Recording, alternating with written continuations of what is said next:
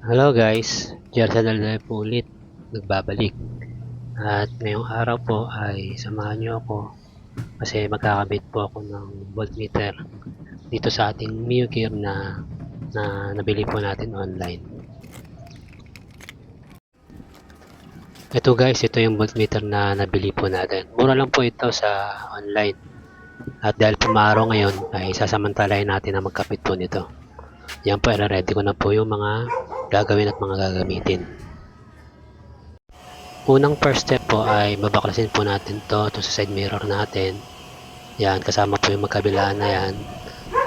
Yan po, at yan yung mga tornilyo po niya sa mga kilid-kilid para maalis po natin yung nasa harapan.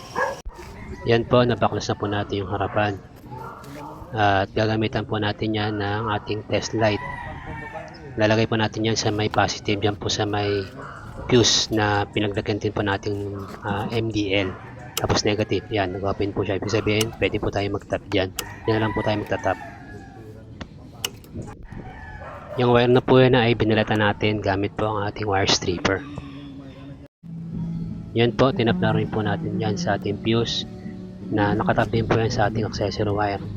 Pati po yung negative ay dyan po natin nalalagay. Yan po, nakatap na po pati yung negative at yung positive po natin. Ngayon mo ay testing po natin kung gagana siya. Try po natin.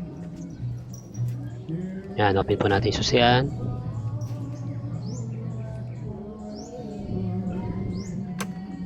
Yan, gumana naman po at na-rate niya ay 9.8 volts lang. Ibig sabihin po ay lobat po yung battery natin. Palitin na po yan.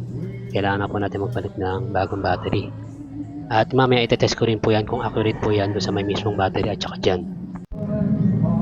Yan po, nakabit na po natin at i-fix na po natin yan dyan kasama po nung relay natin na gamit po sa ating MTL.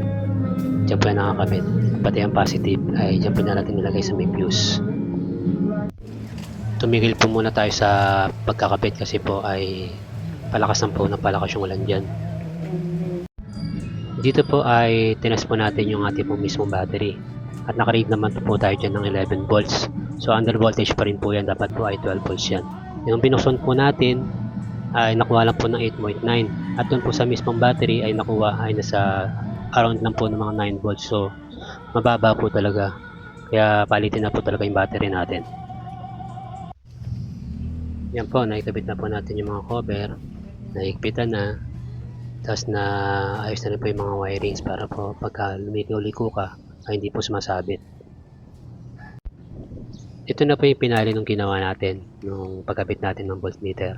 Bali nakapix na po yan dito po sa ating side mirror. Sa actual po hindi po nagkukurap-kurap yung digital meter natin baka kasi isipin nyo ay nagkukurap-kurap siya. Steady po yan. Thank you po.